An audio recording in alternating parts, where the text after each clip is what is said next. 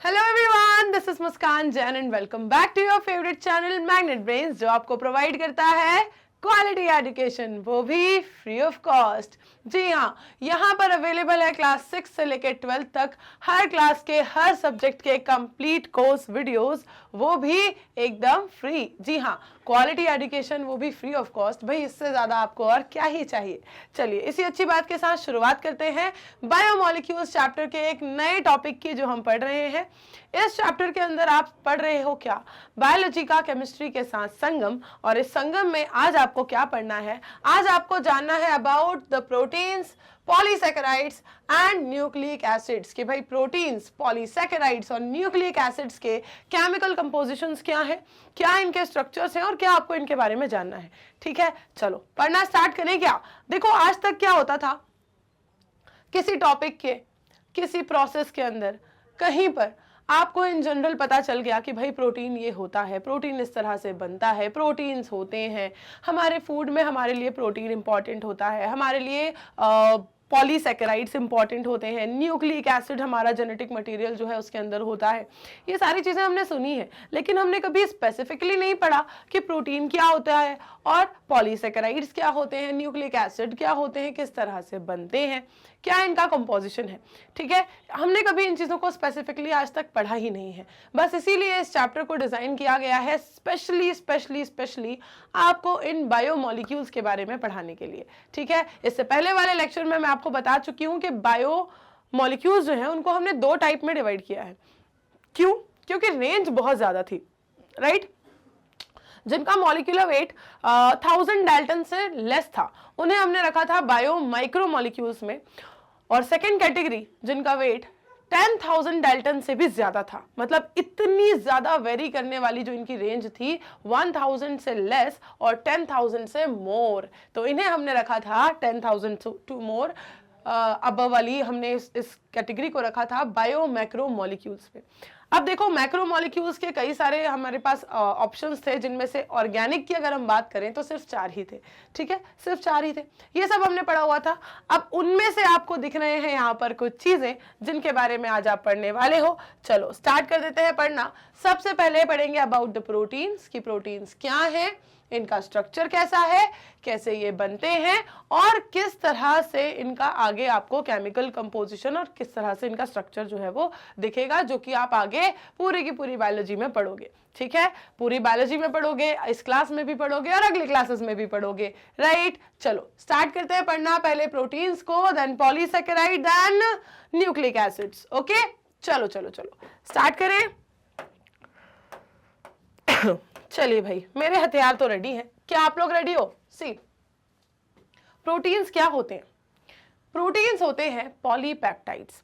ये मैंने आपको इससे पहले वाले लेक्चर में भी बताया हुआ है, राइट। कल के लेक्चर में भी हमने डील किया था कि प्रोटीन्स क्या होते हैं, दे आर पॉलीपेप्टाइड्स। प्रोटीन्स क्या होते हैं? प्रोटीन्स पॉलीपेप्टाइड्स होते हैं, मतलब ये वो मॉलिक्यूल्स हैं, ये उस तरह के मॉलिक्यूल्स हैं जिन्हें आप कहोगे कि भाई वो किससे मिलके बने। कोई भी मॉलिक्यूल अगर हम कह रहे हैं कि भाई बना हुआ है तो किसी चीज से मिलके बना है ना।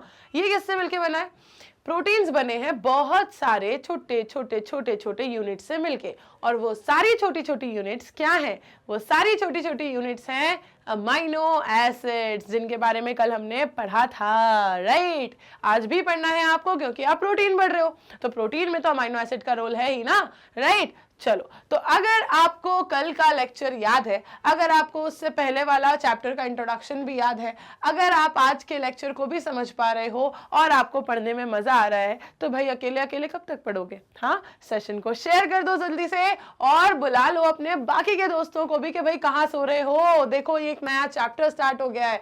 पढ़ना तो हम सबको साथ में ही है, राइट। कभी भी ये नहीं सोचे कि हम तो अकेले अकेले पढ़ लेते हैं, मैं अकेले पढ़ लेता हूँ, मैं टॉप कर जाऊंगा। भाई ये वाली अप्रोच नहीं रखनी है हमें, ठीक है। जो जितना ज्यादा मेहनत करेगा उसका वैसा रिजल्ट जरूर आएगा, ठीक। तो ये वाली अप्रोच कभी मत रखना। सेशन को कर दो शेयर, सबको बुला लो, अपने सारे दोस्तों को, सारे क्लासमेट्स को, सबको दिखाओ कि भाई हम पढ़ रहे हैं आज क्या, आज का नया टॉपिक है क्या। ओके, और अगर आपको पसंद आता है तो सेशन को लाइक भी जरूर करना है। ओके, भूलोगे तो नहीं, लाइक करना है, शेयर करना है। चलो देखेंगे आगे। Proteins are polypeptides. पॉलीपेप्टाइड का मतलब क्या? कि ये बहुत सारे छोटे छोटे यूनिट से मिलके बने हैं और इन छोटे छोटे यूनिट में मैम अमाइनो एसिड है, ठीक है। ये पेप्टाइड को पॉली बोला है ना कि बहुत सारे पेप्टाइड, अरे पेप्टाइड है ना, पेप्टाइड है। अमाइनो एसिड जो हम कह रहे हैं कि छोटे छोटे अमाइनो एसिड की यूनिट्स, तो ये सब एक दूसरे से जुड़े कैसे हैं ये अमाइनो एसिड्स, बताओ। मैम पेप्टाइड बॉन्ड से जुड़े हैं, ये देखो दिस इज पेप्टाइड बॉन्ड, किसके बीच में है, किसके बीच में है, अमाइनो एसिड्स के बीच में। किसके बीच में है, अमाइनो एसिड्स के बीच में। क्या है, पेप्टाइड बॉन्ड है, राइट। तो पेप्टाइड बॉन्ड से बहुत सारे अमाइनो एसिड्स को जोड़कर क्या बनाई है, एक पॉलीपेप्टाइड की चेन बनाई है। ये क्या होती है, ये लीनियर चेन होती है। ये कैसी होती है, लीनियर चेन होती है। तो they are linear chains of amino acid linked by peptide bonds, that is why called as polypeptides। Clear है, ये क्या है, ये अमाइनो एसिड की लीनियर चेन है जिसे आपने जोड़ा हुआ है किससे, पेप्टाइड बॉन्ड से, इसलिए आप इसे कह रहे हो polypeptides. Okay, each protein is a polymer of amino acid. अब हर एक प्रोटीन अपने आप में क्या होता है, अमाइनो एसिड का पॉलीमर, मतलब जिसमें बहुत सारे अमाइनो एसिड होते हैं, ठीक है। हर एक प्रोटीन क्या होता है, अमाइनो एसिड्स का पॉलीमर, जिसमें बहुत सारे अमाइनो एसिड्स होते हैं, इसी से बनता है प्रोटीन, ठीक है। तो as there are 20 type of amino acid, इससे पहले वाले लेक्चर में हमने पढ़ा हुआ है कि अमाइनो एसिड वैसे तो बहुत सारे होते हैं, वैसे तो बहुत सारे होते हैं, लेकिन प्रोटीन बनाने में जो रिस्पॉन्सिबल हैं, प्रोटीन को जो बनाते हैं वो वाले अमाइनो एसिड्स हैं कितने, 20 ओनली। वो कितने हैं, 20। तो ये कह रहे हैं कि as there are 20 type of amino acids, क्योंकि यहाँ पर 20 टाइप ऑफ अमाइनो एसिड्स होते हैं, अमाइनो एसिड जो प्रोटीन बनाए, ये हमें पता है। जैसे कि एग्जाम्पल हमने कल भी बहुत सारे देखे थे, 6 to 7 एग्जाम्पल तो कल ही देख लिए थे, alanine, cysteine, proline, tryptophan, lysine, methionine, right, बहुत सारे एग्जाम्पल्स हैं। तो a protein is a heteropolymer and not a homopolymer. तो देखो हमने इसे पॉलीमर तो कह दिया, हमने प्रोटीन को पॉलीमर तो कह दिया अमाइनो एसिड का, लेकिन अब पॉलीमर भी कैसा, हेटेरोपॉलीमर या फिर होमोपॉलीमर। तो देखो होमोपॉलीमर्स वो होते हैं जो एक ही जैसे अमाइनो एसिड से अगर बने होते, तो आप बोलते क्या, आप बोलते कि ये सब कैसे हैं, होमोपॉलीमर्स हैं, मतलब सब एक ही अमाइनो एसिड के बहुत सारे यूनिट से मिलके बना है एक प्रोटीन, तो वो क्या कहलाता, होमोपॉलीमर कहलाता। लेकिन ऐसा नहीं होता है, ऐसा नहीं होता है। क्या होते हैं, अलग अलग अमाइनो एसिड्स जुड़ते हैं और वो बनाते हैं क्या, पॉलीमर, वो बनाते हैं क्या, पॉलीमर।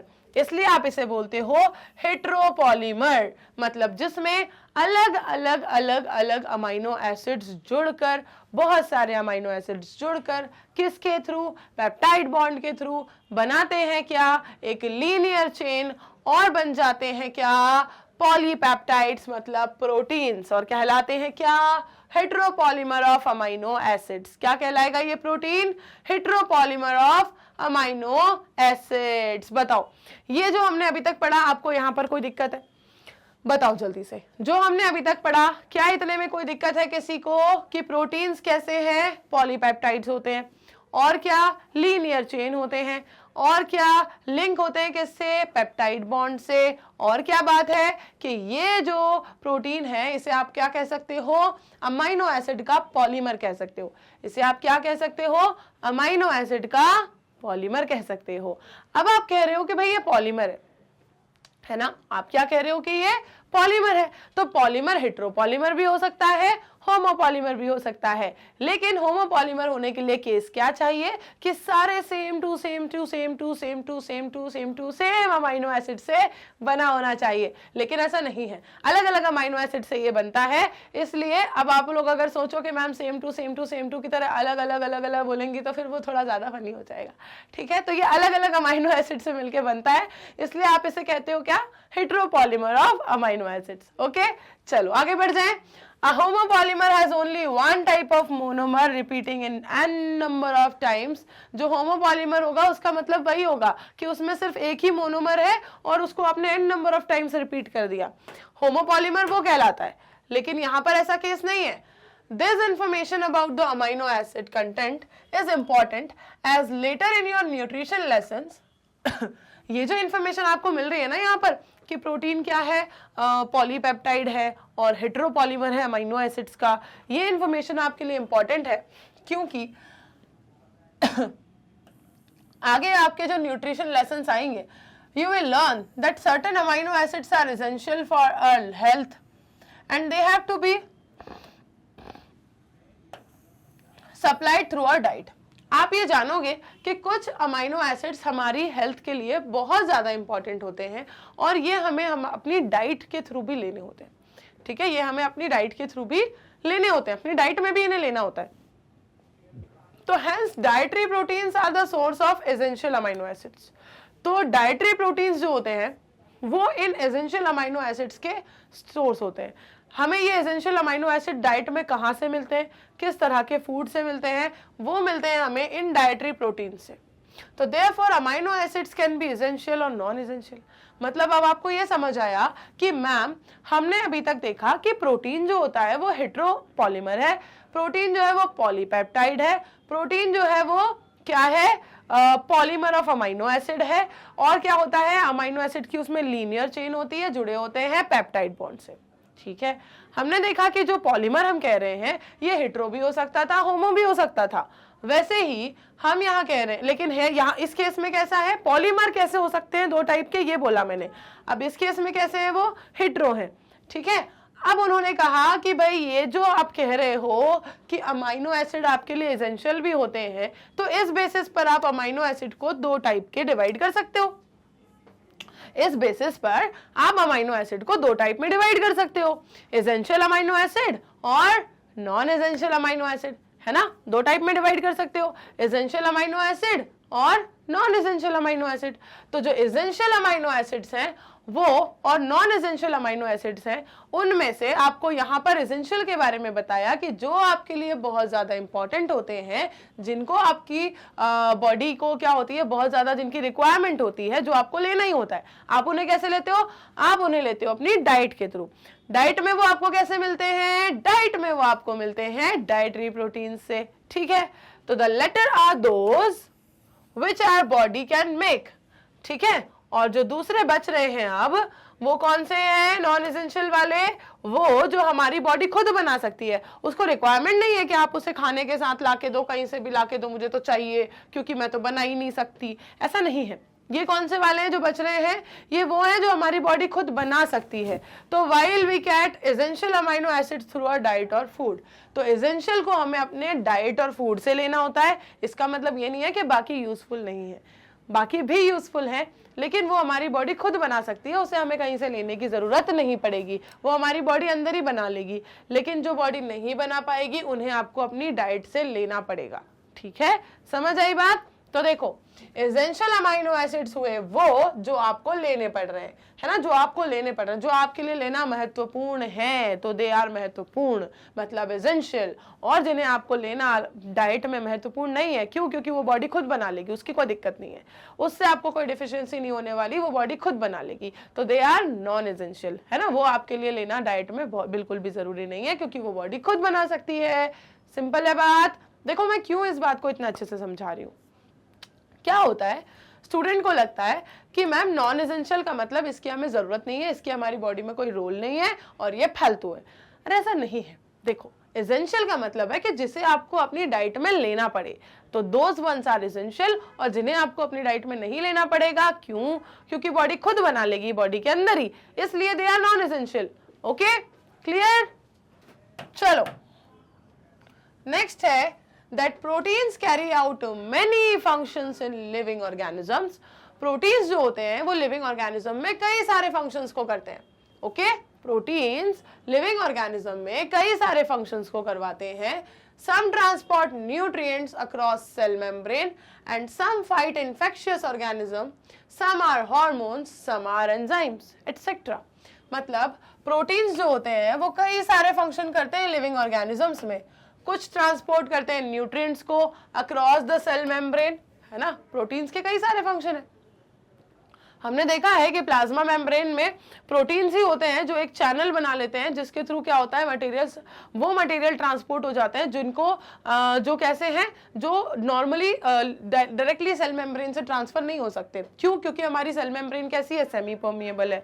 ऊपर से उसका जो फॉस्फोलिपिड बाइलेयर है उसमें कैसा है, हाइड्रोफोबिक और हाइड्रोफिलिक, दो तरह के उसके नेचर हैं।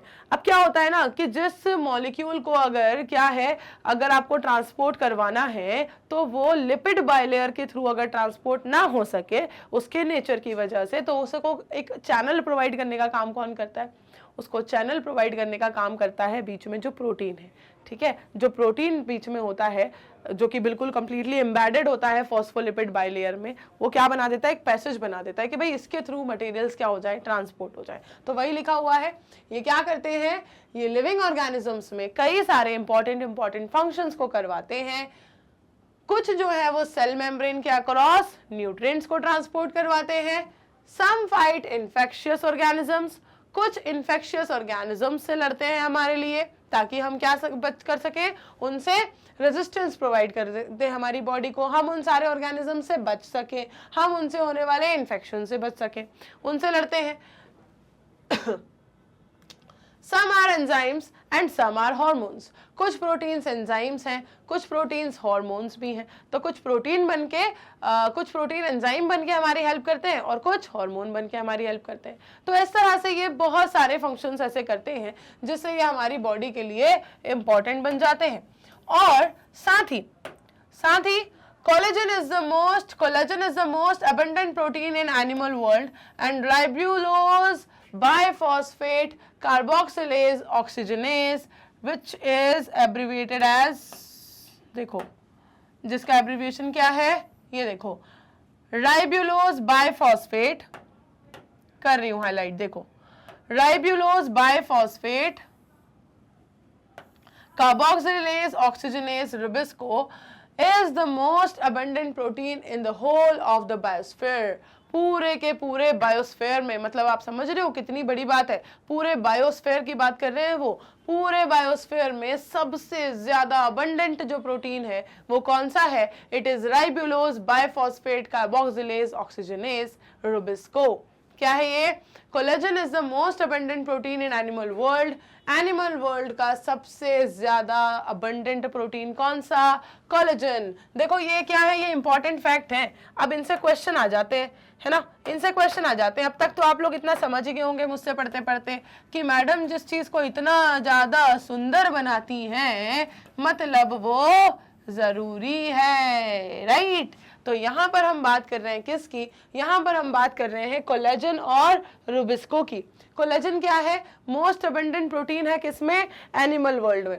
ओके, एनिमल वर्ल्ड का सबसे अबंडेंट प्रोटीन है कौन, कोलेजन। और रुबिस्को की बात क्या हो रही है, that it is the most abundant protein in the whole of the biosphere. पूरे के पूरे बायोस्फीयर का सबसे अबंडेंट प्रोटीन है ये कौन, रुबिस्को। दो चीजें पता चली आपको, कोलेजन के बारे में और रुबिस्को के बारे में। अब देखो यहाँ पर क्या बताया है, प्रोटीन का नाम दिए हैं और उनके फंक्शंस दिए हैं कि प्रोटीन कौन सा है, कोलेजन प्रोटीन। फंक्शन क्या बताया उसका, क्या करता है वो, कोलेजन बोला ना इन्होंने अभी। देखो कोलेजन का फंक्शन क्या बताया है, इंटरसेल्यूलर ग्राउंड सब्सटेंस। ठीक है, इंटरसेल्यूलर ग्राउंड सब्सटेंस रिलेटेड इसका फंक्शन है।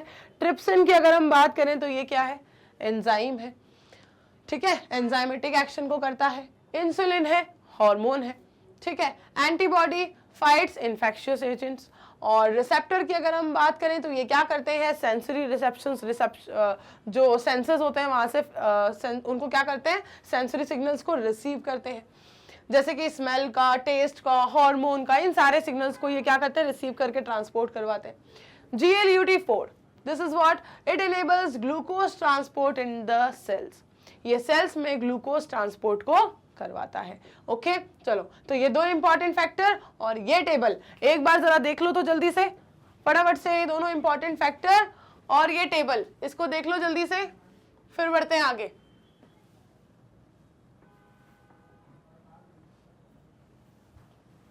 चलो देखें आगे, फटाफट से नोट करेंगे एक बार, कोलेजन, रुबिस्को और टेबल।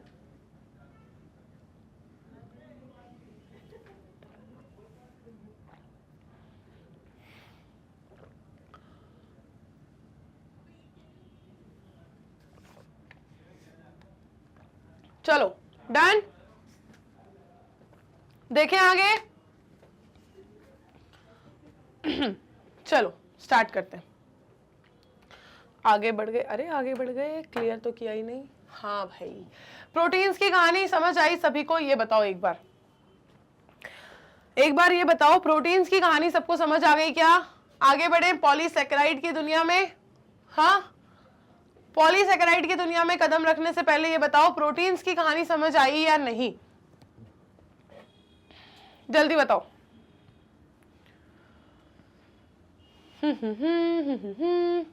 जल्दी बताएंगे भाई। प्रोटीन्स की दुनिया आपको पसंद आई? प्रोटीन्स की कहानी समझ आई? जल्दी से थम्स अप रिएक्शन।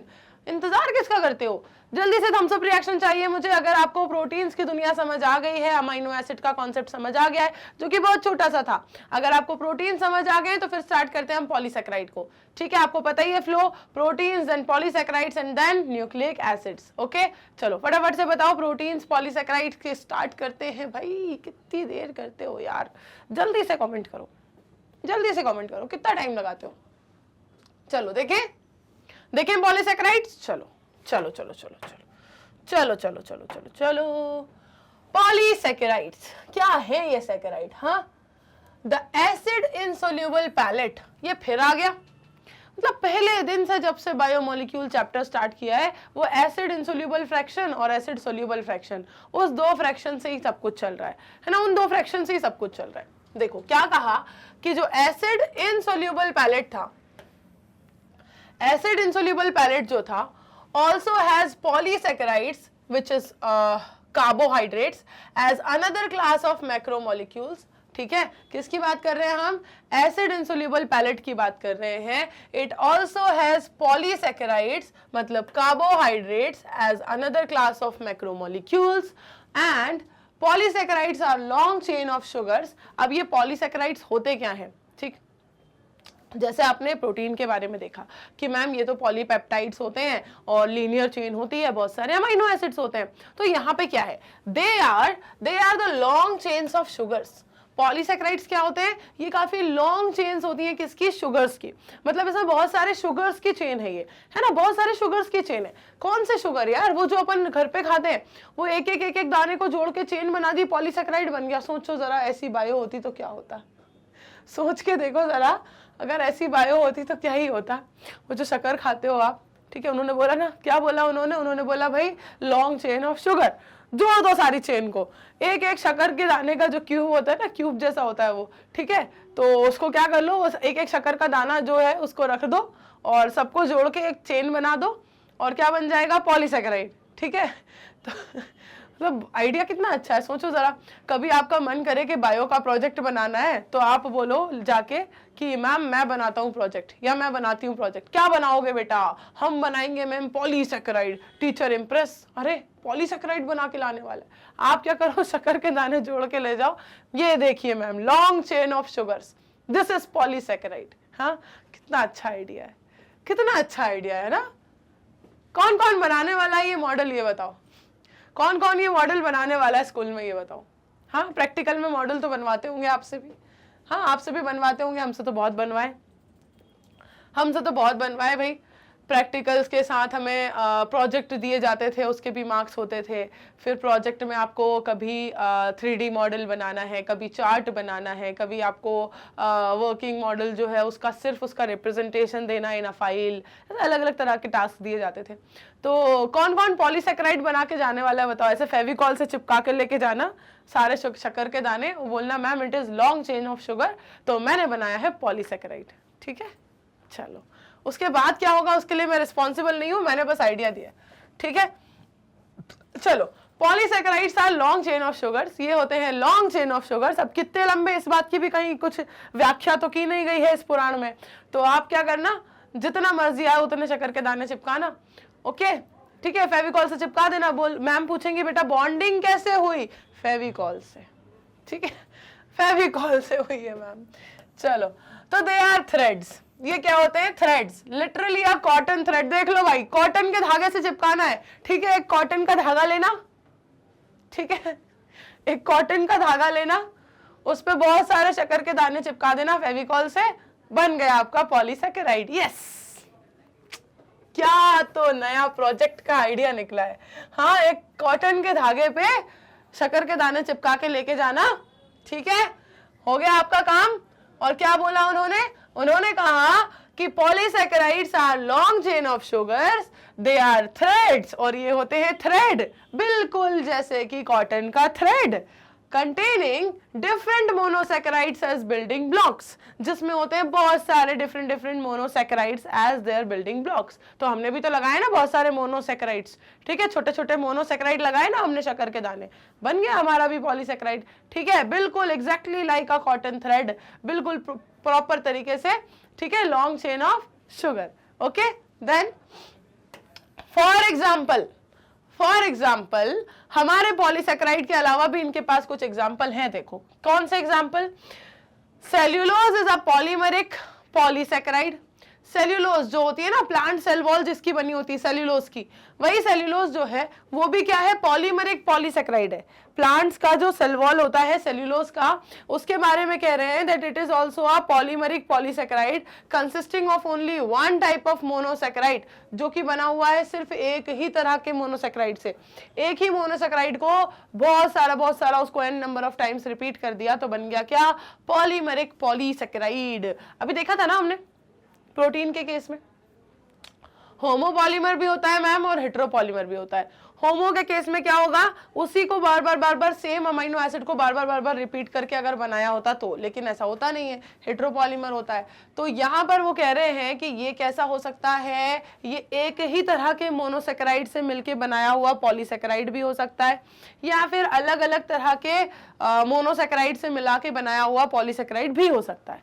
तो इन्होंने क्या कह दिया? देखो, cellulose is a polymeric polysaccharide और ये बना है एक ही तरह के मोनोसैकेराइड से, ये बना है एक ही तरह के मोनोसैकेराइड से, that is why cellulose is a homopolymer. इसीलिए सेल्यूलोज क्या है? एक होमोपॉलीमर है। अब ये जो एक ही तरह का मोनोसैकेराइड हम बोल रहे हैं ना यहाँ पे, ये कौन सा है? ये जो एक ही तरह का मोनोसैकेराइड इसका है, ये कौन सा है? अरे बताओ, हाँ चुप क्यों हो जाते हो? एक ही तरह का मोनोसैकेराइड कौन सा इसका? ग्लूकोस। ऐसे ही बोलते हो तुम लोग भी, ग्लूकोस। क्या है एक ही तरह का मोनोसैकेराइड? ग्लूकोस। बताओ ग्लूकोस को क्या करा? बहुत सारा ग्लूकोस मिलाया और बन गया पॉलीमरिक पॉलीसैकेराइड। क्या करा? बहुत सारा ग्लूकोस मिलाया और बन गया पॉलीमरिक पॉलीसैकेराइड। ठीक है, कोई दिक्कत है? बताओ। सेल्यूलोज की कहानी हो गई हो तो आगे बढ़े हम स्टार्च की तरफ। सेल्यूलोज की कहानी हो गई हो तो आगे बढ़ जाए स्टार्च की तरफ। सी देखो, स्टार्च की कहानी में क्या ट्विस्ट है? कुछ है भी है, ऐसी जीवन है इसका फीका फीका। हाँ, starch is a variant of this but present as a storehouse of energy in plant tissues। अच्छा, ये इसी का वेरिएंट है? starch is a variant of this, ये इसी का वेरिएंट है, मतलब इसी के जैसा है, पर डिफरेंस तो है। It is present as a store house of energy in plant tissues. Starch क्या है? स्टोर हाउस ऑफ एनर्जी है, जहां पर ये क्या करते हैं? प्लांट टिश्यूज अपनी एनर्जी को स्टोर करके रखते हैं। कहां पर रखते हैं? स्टार्च में। ठीक है, स्टार्च के फॉर्म में वो एनर्जी को स्टोर करके रखते हैं। तो starch is a energy house, starch is store house. Okay, starch क्या है? स्टोर हाउस ऑफ एनर्जी है प्लांट टिश्यूज का, जो वेरिएंट है किसका? इसी का, ग्लूकोज का है। ग्लूकोज, अरे मैम ग्लूकोज के क्या? ग्लूकोज का क्या? ग्लूकोज जैसे मोनोसैकेराइड की होमोपॉलीमर, मतलब सेल्यूलोज। चलो क्लियर है ये वाला पूरा सब कुछ? यहाँ पे कॉन्सेप्ट आगे बढ़ जाए अपन। ये कॉन्सेप्ट क्लियर है यहां तक? आगे बढ़े। See, animals have another variant called glycogen. अब प्लांट टिश्यू का वेरिएंट तो हमने देख लिया, जो स्टोर करके रख रहा है एनर्जी को, है ना। एनिमल्स का अलग है, एनिमल्स का स्टोर करके रखने वाला जो अपना वेरिएंट है वो अलग है, इट इज ग्लाइकोजन। ये क्या है? ग्लाइकोजन। और ये भी कैसा है? Inulin is a polymer of fructose. ठीक है, ह्यूमन बींग्स का, एनिमल्स का अगर हम बात करें, सिर्फ ह्यूमन बींग नहीं बोलते हैं, पूरे एनिमल्स में, ठीक है। एनिमल्स का ये वेरिएंट क्या है जो एनर्जी को स्टोर करके रखता है, तो इट इज ग्लाइकोजन। एनिमल्स का क्या है, ग्लाइकोजन। अब ऐसे ही अगर हम बात करें पॉलीमर की, ठीक है, मोनोपॉलीमर की, जो एक ही मोनोसेकेराइड से मिलके बन रहे हैं, पॉलीसेकेराइड्स, तो जैसा एक एग्जांपल हमें मिल गया किसका, सेल्यूलोज का, स्टार्च का, ग्लाइकोजन का। ये सब किससे बने, बहुत सारे ग्लूकोज से, ठीक है। मोनोसेकेराइड कौन सा, ग्लूकोज के पॉलीमराइजेशन से ये बने हैं। तो इन्हें आप क्या कह सकते हो, क्या कह सकते हो, मोनोमेरिक पॉलीसेकेराइड कह सकते हो, है ना, मोनोमर है ये, ठीक है। कौन सा वाला मोनोसेकेराइड है उनमें, ग्लूकोज। अब देखो एक और मोनोसेकेराइड की बात करिए, फ्रक्टोज। फ्रक्टोज का पॉलीमर है कौन, इन्यूलिन। फ्रक्टोज का पॉलीमर है कौन, इन्यूलिन। कैसा, देखो inulin is a polymer of fructose only, मतलब ये भी बहुत सारे फ्रक्टोज के यूनिट से मिलकर बनाया हुआ पॉलीसेकेराइड है जो कहलाता है इन्यूलिन।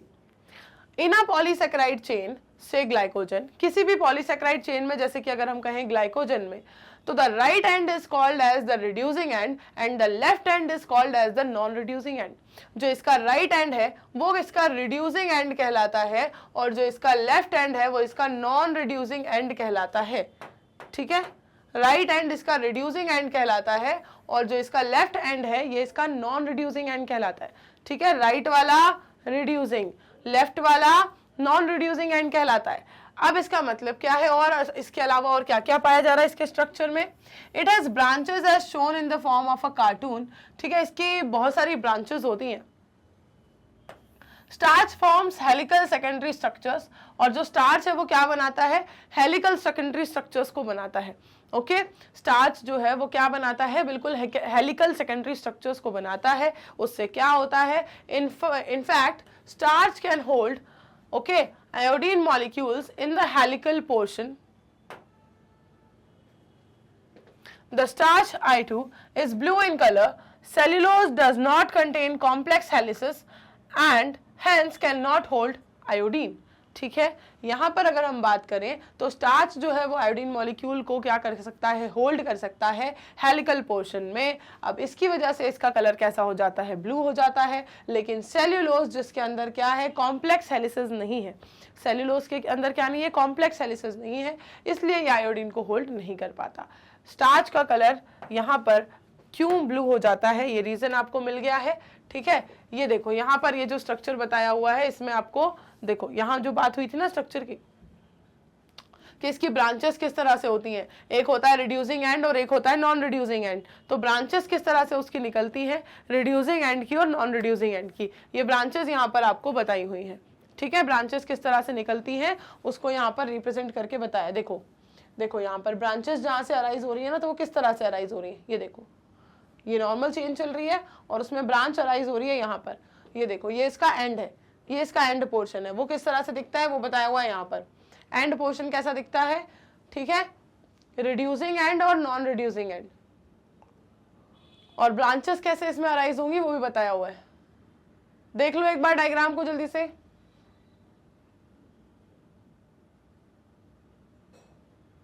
आगे बढ़े, डायग्राम देखा सभी ने, आगे बढ़े, चलो। See plant cell walls are made of cellulose, भैया ये तो हमें पता ही है, ये तो हमें पता ही है, अभी तो पढ़ के आए हैं ना हम, cell the unit of life, ठीक है। तो प्लांट सेल वॉल जो है वो सेल्यूलोज की बनी होती है, ठीक है मैम, कोई दिक्कत नहीं। Paper made from plant pulp and cotton fibre is cellulosic. अब प्लांट के पल्प से और कॉटन फाइबर से जो पेपर बनता है वो कैसा होता है, सेल्यूलोजिक होता है। There are more complex polysaccharides in nature, इससे भी ज्यादा कॉम्प्लेक्स पॉलीसेकेराइड जो है वो नेचर में एग्जिस्ट करते हैं। ये तो हमने सारे अभी कैसे पढ़े हैं, मोनोसेकेराइड की ही मोनोपॉलीमर ही पढ़े हैं, ठीक है। यहाँ पर इससे भी ज्यादा नेचर में, इससे भी ज्यादा कॉम्प्लेक्स पॉलीसेकेराइड जो है वो एग्जिस्ट करते हैं। They have a building blocks amino sugars, ठीक है, उनके they have as building blocks amino sugars and chemically modified sugars, example glucosamine and acetyl galactosamine, ठीक है। बहुत सारे इस तरह से इसके एग्जाम्पल्स होते हैं। Exoskeletons of arthropods for example have a complex polysaccharide called as chitin. अब अगर हम बात करें, ठीक है, सेल्यूलोज से उभर के थोड़ा ऊपर आए, कॉम्प्लेक्स पॉलीसेकेराइड की तरफ आए, मोर कॉम्प्लेक्स की तरफ, तो हमें मिलेगा क्या, जो आर्थ्रोपोड्स का एक्सोस्केलेटन होता है और फंगस की जो सेल वॉल होती है वो किसकी बनी होती है, काइटिन की बनी होती है, ठीक है। तो these complex polysaccharides are mostly homopolymers, और ये सब कैसे होते हैं, होमोपॉलीमर्स होते हैं, ठीक, ये सब होमोपॉलीमर्स होते हैं। ये जो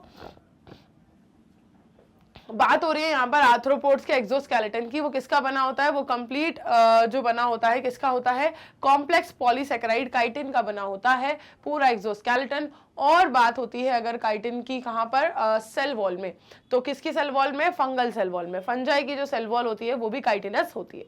ओके, ये कॉम्प्लेक्स पॉलीसेकेराइड कहाँ कहाँ पाया जाता है, आर्थ्रोपोड्स के एक्सोस्केलेटन में और फंगस की सेल वॉल में, ठीक। चलो अब स्टार्ट करते हैं हम पढ़ना न्यूक्लिक एसिड्स को। एक बार जरा बता दो भाई, आपने क्या मेरे साथ पॉलीसेकेराइड कंप्लीट कर लिया, ताकि मुझे पता चल जाए कि जितने स्टूडेंट सेशन देख रहे हैं सबने प्रोटीन भी पूरा पढ़ा है और पॉलीसेकेराइड भी पूरा पढ़ा है। ये नहीं कि बीच में सेशन छोड़ के कहीं चले गए या एकदम से गुम हो गए, मैम कमेंट में तो ध्यान ही नहीं दे पाया आप क्या पढ़ा रहे थे, ये वाली चीज नहीं होनी चाहिए। फटाफट से कमेंट करके बताएंगे क्या आपने मेरे साथ प्रोटीन और पॉलीसेकेराइड कंप्लीट कर लिया। स्टार्ट करते हैं हम पढ़ना न्यूक्लिक एसिड को। प्रोटीन और पॉलीसेकेराइड कंप्लीट कर लिया, न्यूक्लिक एसिड पढ़ना स्टार्ट करें।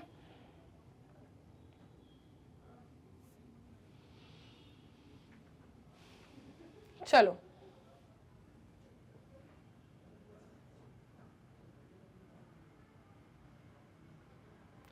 प्रोटीन और पॉलीसेकेराइड कंप्लीट हुआ सबका, न्यूक्लिक एसिड स्टार्ट करें, कमेंट करके बताते हो या नहीं। चलो चलो चलो न्यूक्लिक एसिड स्टार्ट करते हैं। ओके, न्यूक्लिक एसिड स्टार्ट करते हैं। देखो क्या है न्यूक्लिक एसिड की कहानी। The other type of macromolecule that one would find in the acid insoluble fraction, जो दूसरे टाइप का मैक्रोमोलिक्यूल बचा है आपके पास जो आपको एसिड इनसोल्यूबल फ्रैक्शन में मिलेगा, ठीक है, और किसी भी लिविंग टिश्यू के, जो हमने बिगनिंग में देखा था कि एसिड सोल्यूबल फ्रैक्शन और एसिड इनसोल्यूबल फ्रैक्शन, ये हमने पढ़ा था फिल्टर करने पे, जो चीज क्लॉथ से फिल्टर करने पे जो मिले थे। तो जो अदर टाइप ऑफ मैक्रोमोलिक्यूल मिलता है वो है क्या, वो है nucleic acid, and these are polynucleotides. और ये क्या है, ये पॉलीन्यूक्लियोटाइड है। देखो सब कुछ पॉली ही है, हाँ, पॉलीपेप्टाइड, पॉलीसेकेराइड और पॉलीन्यूक्लियोटाइड। पॉलीपेप्टाइड, पॉलीसेकेराइड और पॉलीन्यूक्लियोटाइड, सब कुछ पॉली है, तभी तो बन रहे हैं ये, तभी समझ आ रही है मैक्रो कैसे बन रहे हैं, मोनो मोनो यूनिट्स को मिला के और फिर मैक्रो बन रहे हैं, है ना। तो भाई ये हो गए क्या, दे आर पॉलीन्यूक्लियोटाइड्स। ये क्या होते हैं, पॉलीन्यूक्लियोटाइड्स होते हैं। Together with polysaccharides and polypeptides, these comprise the true macromolecular fraction of any living tissue or cell। जो true मैक्रोमोलिक्यूलर फ्रैक्शन है वो ये एग्जिबिट करते हैं किस किस के साथ, पॉलीसेकेराइड्स और पॉलीपेप्टाइड्स के साथ, ठीक है। पॉलीसेकेराइड और पॉलीपेप्टाइड के साथ साथ ये क्या करते हैं, they together comprise the true macromolecular fraction of any living tissue और सेल। अब देखें जरा इनकी कहानी है क्या न्यूक्लिक एसिड की, ठीक है, देखें जरा इनकी कहानी है क्या न्यूक्लिक एसिड की। एक बार जरा मुझे बता दो, देखो पॉलीसेकेराइड और पॉलीपेप्टाइड, अगर यहां तक आपको क्लियर है तो अपन बढ़ते हैं न्यूक्लिक एसिड की कहानी में कि भाई for nucleic acid the building block is what. इस कहानी पे पढ़ेंगे, पहले बताओ प्रोटीन मतलब पॉलीपेप्टाइड और पॉलीसेकेराइड, यहां तक तो कोई दिक्कत नहीं है किसी को, फिर बढ़ते हैं आगे। बताओ एक बार जल्दी से, अगर यहां पर कोई दिक्कत नहीं है तो बढ़ते हैं आगे। चलो, तो भाई न्यूक्लिक एसिड की कहानी बहुत बहुत ज्यादा बड़ी नहीं है, बहुत छोटी सी कहानी है। जैसे बहुत सिंपल सा सॉर्टेड सा काम था प्रोटीन का, छोटा सा सिंपल सा सॉर्टेड सा काम था पॉलीसेकेराइड्स का, बस वैसे ही कहानी छोटी सी है न्यूक्लिक एसिड्स की। देखो समझना स्टार्ट करते हैं न्यूक्लिक एसिड्स के बारे में, क्या है इनकी कहानी। That for nucleic acids the building block is a nucleotide and a nucleotide has 3 chemically distinct components।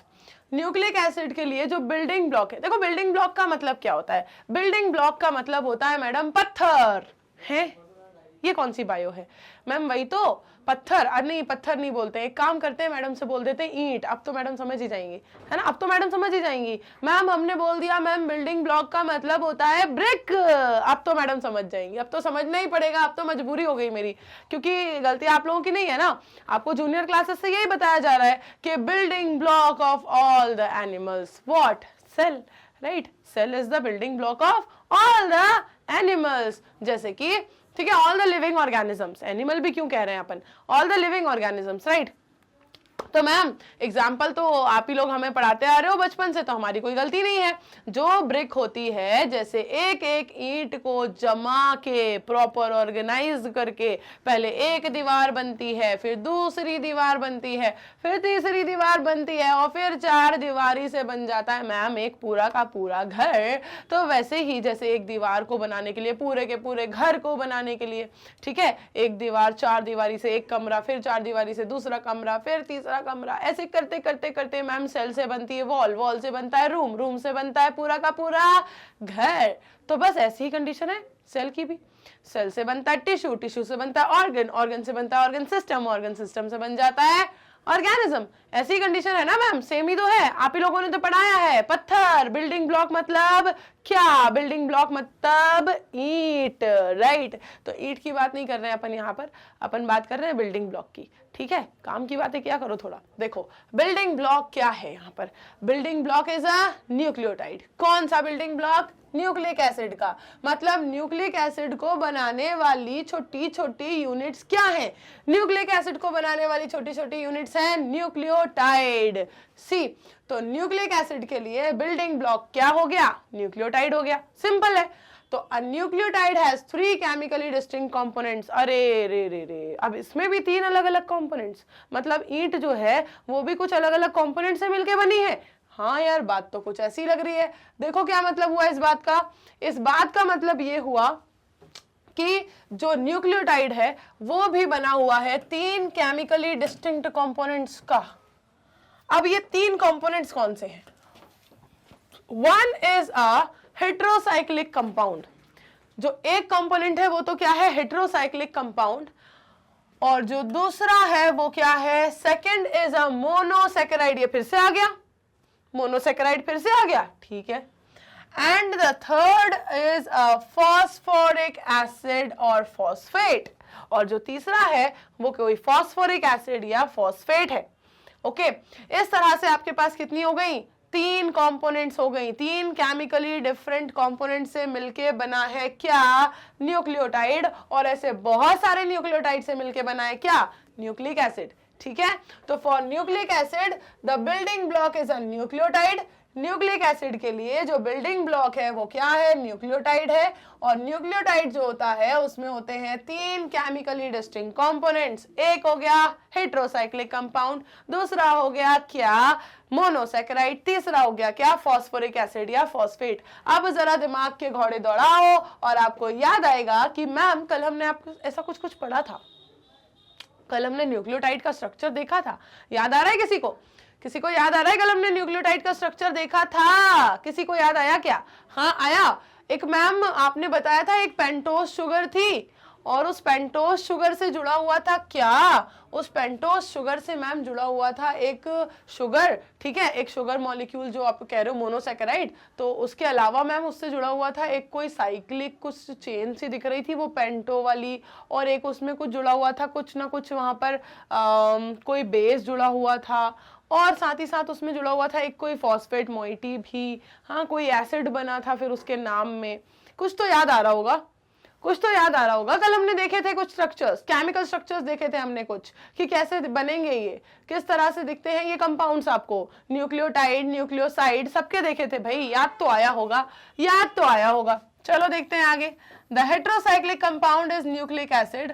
अब यहाँ पर ये जो हेट्रोसाइक्लिक कंपाउंड की बात कर रहे हैं, मतलब सबसे पहले कंपाउंड की बात कर रहे हैं, ये क्या है? ये न्यूक्लिक एसिड है। जैसे कि जो हमने पेंटोज शुगर से जोड़े थे ना, पेंटोज शुगर से जिनको हमने जोड़ा था, जैसे कि वो जो न्यूक्लिक एसिड्स हैं। अब ये न्यूक्लिक एसिड्स क्या है यार? ये डब्बे में डब्बे बहुत ज्यादा नहीं बनते जा रहे। देखो न्यूक्लिक एसिड के अंदर आया न्यूक्लियोटाइड, न्यूक्लियोटाइड के अंदर आए 3 डिस्टिंक्ट कंपोनेंट्स। अब 3 डिस्टिंक्ट कंपोनेंट्स में से आ गया एक हेट्रोसाइक्लिक कंपाउंड, फिर मोनोसैकेराइड, फिर फॉस्फेट।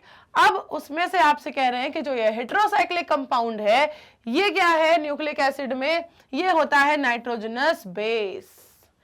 हेट्रोसाइक्लिक कंपाउंड क्या होता है? Nitrogenous base, which is named as adenine, guanine, uracil, cytosine या थाइमीन, ये होते हैं, है ना। क्या क्या होते हैं देखो, हेट्रोसाइक्लिक कंपाउंड्स हमें क्या बनाना है, देखो फटाफट से समझते हैं, फटाफट से समझते हैं। हमें बनाना है न्यूक्लिक एसिड, हमें बनाना है न्यूक्लिक एसिड। इस न्यूक्लिक एसिड के लिए हमें चाहिए, इसके लिए हमें इंग्रेडिएंट्स चाहिए कौन, हमें चाहिए 3 कंपोनेंट्स, 1, 2 एंड 3 कंपोनेंट्स, है ना। सबसे पहला चाहिए कंपोनेंट हमें क्या, हेट्रोसाइक्लिक कंपाउंड। ओके, सबसे पहला हमें चाहिए हेट्रोसाइक्लिक कंपाउंड। दूसरा हमें चाहिए क्या, एक मोनोसैकेराइड, एक मोनोसैकेराइड।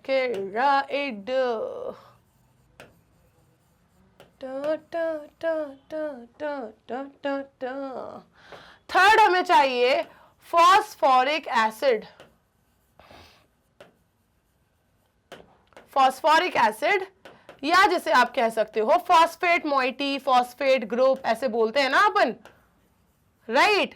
चलो ये चाहिए मैम, बस इतना ही चाहिए जीवन में, बाकी तो सब सॉर्टेड है, ठीक है। अब ये जो हेट्रोसाइक्लिक कंपाउंड आपको चाहिए, इस हेट्रोसाइक्लिक कंपाउंड में यहां पर जो आपको मिल रहा है, क्या मिल रहा है मैम, हेट्रोसाइक्लिक कंपाउंड में हम लगा सकते हैं नाइट्रोजनस बेसिस, जैसे कि adenine, guanine, uracil, cytosine, thymine, ये सारे नाइट्रोजनस बेसिस आएंगे इसके अंदर, ठीक है। तो लिख लो यहां पर जरा कि इसमें आएंगे नाइट्रोजनस बेसिस।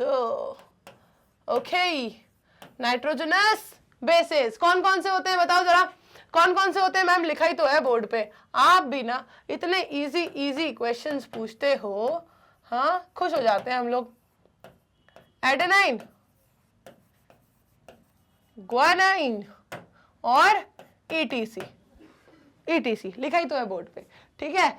चलो एडेनाइन, ग्वानाइन सारे के सारे, ओके, साइटोसिन, थाइमीन, यूरासिल सारे के सारे, ठीक, पांचों ये नाइट्रोजनस बेसिस, ये सब क्या है, हेट्रोसाइक्लिक कंपाउंड्स। तो सबसे पहला कंपोनेंट तो मिल गया, सबसे पहला कंपोनेंट मिल गया। दूसरा कंपोनेंट आपको मिलेगा कहां पर, मोनोसैकेराइड में से कुछ लाओ, मोनोसैकेराइड लाओ कोई सा, तब मिलेगा आपको दूसरा कंपोनेंट।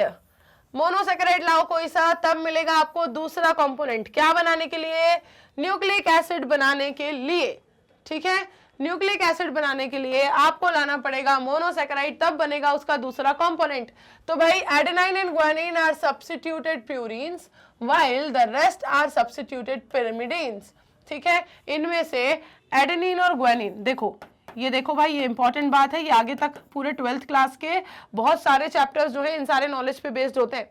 12th क्लास के जो मॉलिक्यूलर बेसिस ऑफ इनहेरिटेंस है, ठीक है, बायोटेक्नोलॉजी चैप्टर है, उनमें ये सारे जब टर्म्स आते हैं ना बहुत सारे, तो वहां पर ये सारा नॉलेज आपको बहुत काम आएगा, ये जो आप यहाँ पढ़ रहे हो, ठीक है, ये बहुत आपको वहां पर काम आने वाला है। नहीं पढ़ोगे तो ऐसा लगेगा कि ये सब एकदम से क्यों बता रहे हैं हमें तो ये सब पता ही नहीं है, जबकि आपको इंट्रोड्यूस 11th में ही करवा दिया गया है।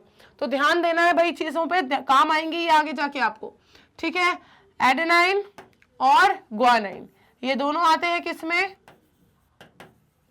ये दोनों आते हैं किसमें, प्यूरिन्स में। और बचे क्या, बचे अब आपके पास क्या, रेस्ट आर पिरिमिडीन्स, ठीक है, रेस्ट आर पिरिमिडीन्स। रेस्ट में बचा क्या है वैसे, इन दोनों के अलावा बचा क्या है, थाइमीन, यूरासिल और साइटोसिन, ये क्या हो गए, पिरिमिडीन्स,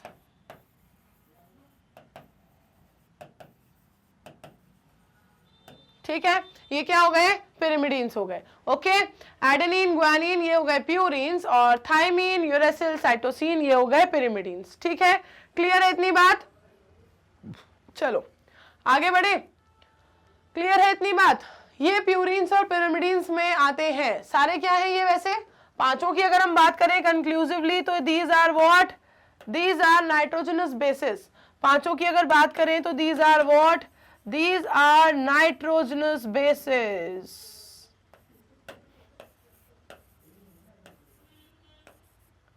ठीक है, पांचों की अगर बात करें तो दीज आर नाइट्रोजनस बेसिस। ठीक है, क्लियर है?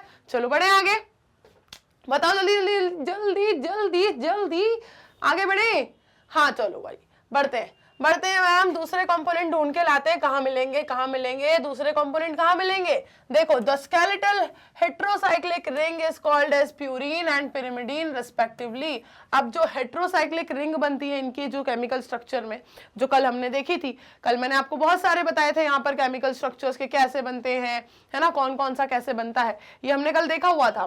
तो उसमें जो इसकी स्केलेटल हेट्रोसाइक्लिक रिंग बनती है प्यूरीन की और पिरिमिडीन की, ठीक है, वो क्या कहलाती है, प्यूरीन और पिरिमिडीन कहलाती है। इनकी हेट्रोसाइक्लिक रिंग, इन दोनों की क्या कहलाएगी, प्यूरीन, और इन तीनों की क्या कहलाएगी, पिरिमिडीन।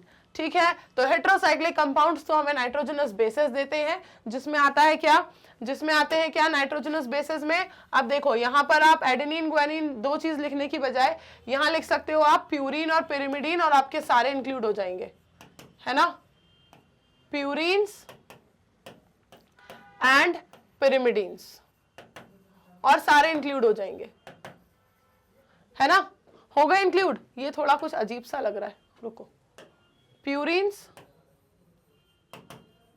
एंड पिरिमिडीन्स। ठीक है, हुआ कंप्लीट।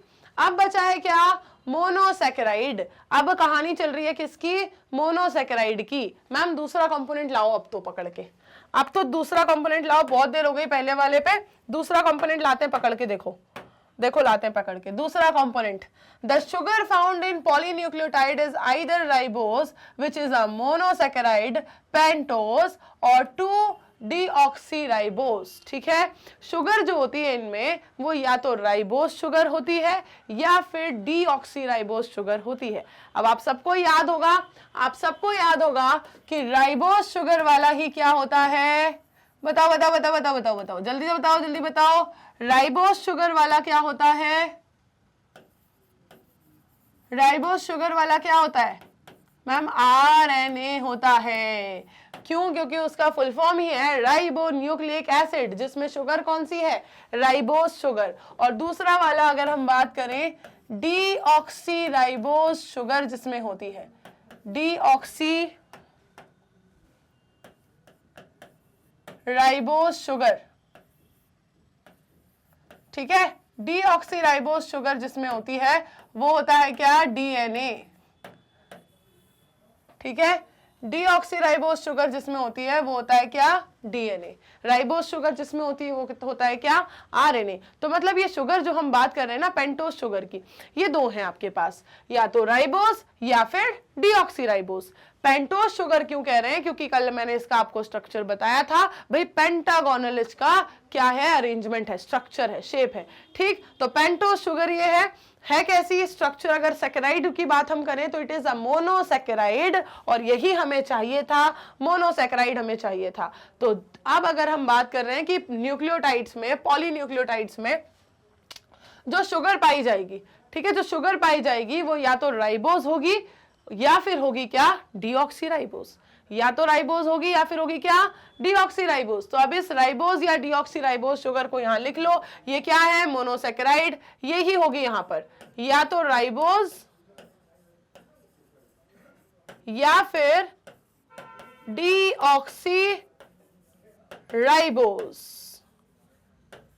ठीक है, यही होगी, ओके, राइबोज या डीऑक्सीराइबोज यही होगी।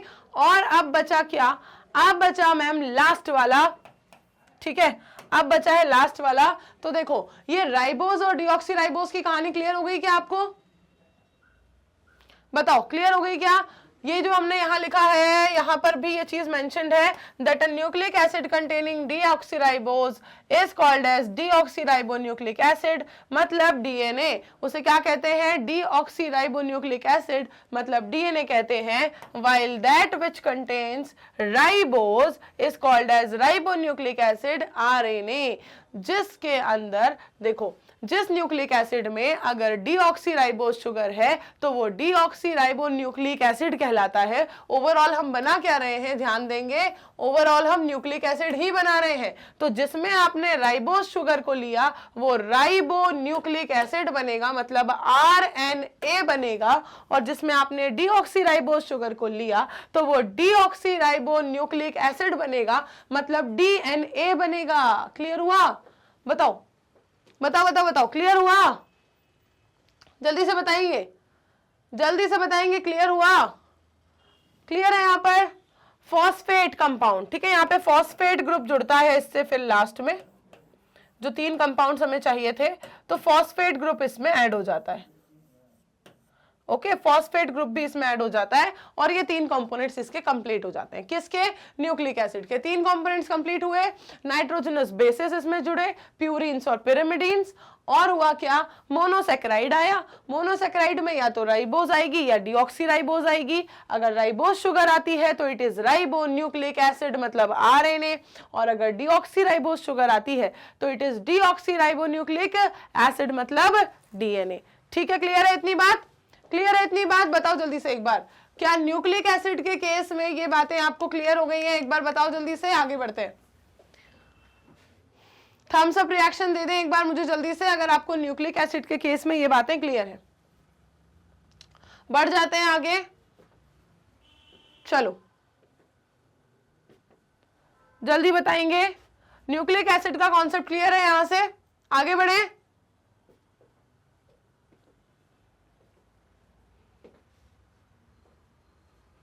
चलो, यहां जो आपको ये बॉक्स दिख रहा है ना, न्यूक्लिक एसिड और उसके 3 कंपोनेंट्स, बस इस बॉक्स को आप ध्यान से देख लो, आपको पूरा का पूरा अलग से कोई नोट बनाने की फिर जरूरत नहीं पड़ने वाली है। ठीक है, प्यूरिन्स और पिरिमिडीन्स में किसे कंसिडर करना है ये ध्यान रखना। प्यूरिन्स में प्यूरिन्स में आते हैं कौन? देखो, हमेशा ऐसे देखना कि जो पेयरिंग नहीं करते हैं ना वो एक साथ आते हैं। ठीक है, इनकी पेयरिंग होती है ना आपस में। एडेनिन किसके साथ बॉन्ड बनाता है? थाइमीन के साथ बनाता है। और ग्वानिन किसके साथ बनाता है? साइटोसिन के साथ बनाता है। यहां पर 2 लाइन बनाई मैडम, यहां 3 बना रही हो, इतनी नाइंसाफी क्यों? क्योंकि भाई वो ट्रिपल बॉन्ड ही बनाता है, मैं अपनी मर्जी से थोड़ी बना रही हूं, मैं अपनी मर्जी से थोड़ी बना रही हूं। ग्वानिन और साइटोसिन के बीच में ट्रिपल बॉन्ड ही होता है और एडेनिन और थाइमीन के बीच में डबल बॉन्ड होता है। और अगर हम बात करें RNA की, अगर यहां पर जो न्यूक्लिक एसिड है उसमें राइबोस शुगर है, मतलब वो राइबो न्यूक्लिक एसिड है, मतलब वो RNA है, तो उसमें फिर थाइमीन नहीं होता, उसमें यूरेसिल होता है। उसमें थाइमीन नहीं होता, उसमें यूरेसिल होता है। क्लियर है ये बात आप लोगों को? बताओ, वहां फिर थाइमीन के साथ बॉन्ड नहीं बनता, वहां एडेनाइन बॉन्ड बनाता है किसके साथ? यूरेसिल के साथ, क्योंकि थाइमीन होता ही नहीं है। तो मतलब कुल मिला के रहते क्या है? हमेशा 4 ही रहते हैं। अगर डीऑक्सीराइबो न्यूक्लिक एसिड बना है, DNA बना है, तो उसमें ये जो नाइट्रोजनस बेसिस हैं ये कितने होंगे? 4 ही होंगे। उसमें होंगे DNA में कितने? ATGC, ठीक है। और अगर RNA है तो उसमें भी 4 ही होंगे। कितने होंगे? AUCG, ठीक है, ये 4 होंगे। ओके, चलो, हमेशा एडेनिन जो बॉन्ड बनाएगा वो डबल बनाएगा और साइटोसिन ग्वानिन में जो बॉन्ड होंगे वो ट्रिपल बॉन्ड होंगे। क्लियर है यहां तक? एक बार बता दो जल्दी, तो आगे बढ़ते हैं। कोई डाउट तो नहीं है किसी को? एक बार जरा फटाफट से थम्स अप रिएक्शन दे दिया करो। क्या यहां तक क्लियर है? आगे बढ़ जाएं। चलो भाई, तो ये थी आपकी कहानी न्यूक्लिक एसिड की, ठीक है। और इससे पहले आपने पढ़ा प्रोटीन और पॉलीसेकेराइड को। एक बार पूरा रिव्यू ले लेते हैं। हमने जो पूरा पढ़ा है, प्रोटीन, पॉलीसेकेराइड और न्यूक्लिक एसिड, तीनों बहुत छोटे छोटे से कॉन्सेप्ट्स थे, बहुत ज्यादा इन डिटेल या डेप्थ आपको कहीं नहीं मिली। देखो, प्रोटीन्स क्या है? पॉलीपेप्टाइड्स हैं। मतलब कैसे बने हैं? ये बने हैं बहुत सारे अमाइनो एसिड की एक लीनियर चेन से, जो कि जुड़े हुए हैं किससे? पेप्टाइड बॉन्ड से, इसलिए बन गए क्या? पॉलीपेप्टाइड। और पॉलीपेप्टाइड बनाने के लिए ये क्या है? मोनोमर है। मतलब ये कैसे हैं? हेटेरोपॉलीमर है या होमोपॉलीमर है? तो भाई ये हेटेरोपॉलीमर है, ठीक है, मोनोमर नहीं, हेटेरोपॉलीमर है। हेटेरोपॉलीमर का मतलब क्या हुआ? हेटेरोपॉलीमर का मतलब हुआ कि ये बहुत सारे अलग अलग अमाइनो एसिड से मिलकर बने हैं, ना कि एक जैसे, ठीक है। अब ये जो बात हम कर रहे हैं भाई कि यहां पर ये इन्फॉर्मेशन बहुत इंपॉर्टेंट है, क्योंकि यहां से आपको पता चलेगा कि जो अमीनो एसिड्स हैं ये आपके लिए एसेंशियल भी हैं और नॉन एसेंशियल वाले भी होते हैं। एसेंशियल और नॉन एसेंशियल का मतलब ये नहीं है कि ये बेनिफिशियल है और ये नॉन बेनिफिशियल है। एसेंशियल नॉन एसेंशियल का मतलब है कि जो आपको आपकी डाइट में लेना जरूरी है, डाइटरी प्रोटीन्स में जिन्हें आपको लेना जरूरी है, that ones are essential ones, और जो आपकी बॉडी अंदर खुद ही बना सकती है, जो आपको जरूरत नहीं है उसे डाइट के थ्रू देने की, तो वो हो जाएंगे नॉन एसेंशियल वाले। ठीक है, तो एसेंशियल और नॉन एसेंशियल अमीनो एसिड में आप इन्हें बांट सकते हो। ओके, इसके बाद अगर हम बात करें कि भाई प्रोटीन्स क्या होते हैं, तो भाई ये बहुत सारे फंक्शंस को परफॉर्म करते हैं हमारी बॉडी में। ठीक, कोलेजन और रुबिस्को की कहानी यहाँ पर आपको ध्यान देनी है। कोलेजन और रुबिस्को यहाँ पर इंपॉर्टेंट रोल प्ले करते हैं। ओके, एक इंपॉर्टेंट कॉन्सेप्ट बन जाते हैं जिससे क्वेश्चन आ सकता है। अब बात करें अगर पॉलीसेकेराइड की, तो पॉलीसेकेराइड्स क्या होते हैं? तो these are acid insoluble pellet में पाए गए ये वो कंपोनेंट हैं जिनके बारे में हम बात कर रहे हैं। बात इनके टर्म्स में भी वापस से लगा हुआ है पॉलीसेकेराइड, तो इसका मतलब है कि ये बहुत सारे सेकेराइड से मिलके बने हैं, मोनोसेकेराइड से मिलके बने हैं। अब मोनोसेकेराइड से मिलके बने होने का मतलब ये है कि ये भी कैसे हैं? लॉन्ग चेन ऑफ शुगर्स हैं। शुगर्स कैसी हैं? यहाँ पर शुगर्स है मोनोसेकेराइड्स। और अगर हम बात करें किसी एक पॉलीसेकेराइड की, तो सेल्यूलोज कैसा है? पॉलीमरिक पॉलीसेकेराइड है, मतलब ये एक ही तरह के मोनोसेकेराइड से रिपीटेडली बना है ना, बहुत सारे मोनोसेकेराइड एक ही जैसे इसके अंदर मिलके और फिर बना है सेल्यूलोज। अब मोनोसेकेराइड कौन सा? ग्लूकोज, बहुत सारे ग्लूकोज और उससे मिलके बन गया क्या? सेल्यूलोज। ठीक है, सेल्यूलोज क्या है? एक होमोपॉलीमर है। स्टार्च भी इसी का वेरिएंट है, जो कि क्या करता है? जो कि एनर्जी को स्टोर करके रखने का काम करता है, किसके अंदर? प्लांट टिश्यूज में। और अगर बात करें एनिमल टिश्यूज की, तो एनर्जी को स्टोर करके रखने का काम करता है कौन? इसका दूसरा वेरिएंट ग्लाइकोजन, इसका दूसरा वेरिएंट ग्लाइकोजन। ओके, इस तरह से हमने देखा पॉलीसेकेराइड चेन के बारे में। अब देखेंगे हम आगे, ठीक है, न्यूक्लिक एसिड्स के बारे में। तो ये भी कैसे हैं? ये भी मैक्रोमोलिक्यूल हैं और ये बनते हैं कैसे? ये बनते हैं बहुत सारे क्या मिला के? बहुत सारे, बताओ क्या बहुत सारा मिलाना पड़ता है इसमें तब जाके बनता है एक न्यूक्लिक एसिड? बताओ बताओ बताओ बताओ। हर जगह यही हो रहा है ना, बहुत ज्यादा क्या करना पड़ रहा है? पॉलीमराइजेशन करना पड़ रहा है, रिपीटेड यूनिट्स को लेना पड़ रहा है। यहां क्या लिया? यहां क्या लिया? बताओ बताओ, जल्दी बताओ। चलो देखो, ये क्या कहलाते हैं? जो न्यूक्लिक एसिड्स हैं। ठीक है, ये कैसे बने हैं भाई? ये पॉलीन्यूक्लियोटाइड्स। अब इसका मतलब क्या हुआ? पॉलीन्यूक्लियोटाइड की जो हम कहानी कह रहे हैं कि भाई पॉलीसेकेराइड पॉलीपेप्टाइड की तरह ये भी क्या है? मैक्रोमोलिक्यूलर फ्रैक्शन है किसी भी लिविंग सेल या टिश्यू का। और ये क्या करते हैं? न्यूक्लिक एसिड्स की अगर हम बात करें तो जो बिल्डिंग ब्लॉक है वो कौन है? न्यूक्लियोटाइड है, मतलब बहुत सारे न्यूक्लियोटाइड से मिलके ये बना है। अब न्यूक्लियोटाइड जो बिल्डिंग ब्लॉक है वो न्यूक्लियोटाइड का मतलब क्या है यहाँ पर? न्यूक्लियोटाइड का मतलब ये है यहाँ पर कि एक न्यूक्लियोटाइड भी वही बना हुआ है 3 केमिकली डिस्टिंक्ट कंपोनेंट से। न्यूक्लियोटाइड आप बोलोगे कि भाई न्यूक्लियोटाइड से मिलके बने न्यूक्लिक एसिड, ठीक है, तो न्यूक्लियोटाइड क्या है? न्यूक्लियोटाइड भी अपने आप में कोई डायरेक्ट एक सिंगल कंपाउंड नहीं है, वो 3 कंपोनेंट से मिलके बना है। कौन सा 3 कंपोनेंट से मिलके बना है? एक हेट्रोसाइक्लिक कंपाउंड और एक हेट्रोसाइक्लिक कंपाउंड के बाद क्या आया था? जल्दी बताओ, यहाँ जो तीनों चीजें लिखी थी हमने, हेट्रोसाइक्लिक कंपाउंड और हेट्रोसाइक्लिक कंपाउंड में आ गए नाइट्रोजनस बेसेस, प्यूरिन्स, पिरिमिडीन्स। ठीक है, उसके बाद आया क्या? मोनोसेकेराइड। उसके बाद आया क्या? फॉस्फोरिक एसिड या फॉस्फेट ग्रुप। ठीक है, मोनोसेकेराइड्स में आएंगे क्या क्या? मोनोसेकेराइड्स में आएंगे क्या क्या? बताओ। मोनोसेकेराइड्स में आएंगी शुगर, पेंटोज शुगर, जो कि 2 होंगी, या तो राइबोज होगी या फिर डीऑक्सीराइबोज होगी। अगर राइबोज है तो इट इज राइबोन्यूक्लिक एसिड, अगर डीऑक्सीराइबोज है तो इट इज डीऑक्सीराइबोन्यूक्लिक एसिड। ठीक है, इतनी क्लियर है बात? बताओ, इतनी क्लियर है?